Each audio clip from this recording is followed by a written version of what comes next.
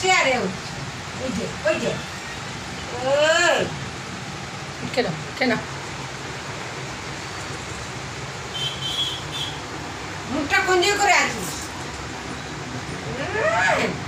ও নিচু কর ও খেয়ে যাচ্ছে ও করছে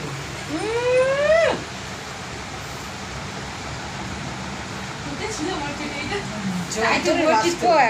তোদের বাথরুমের কাছেই ছিল মনে বসে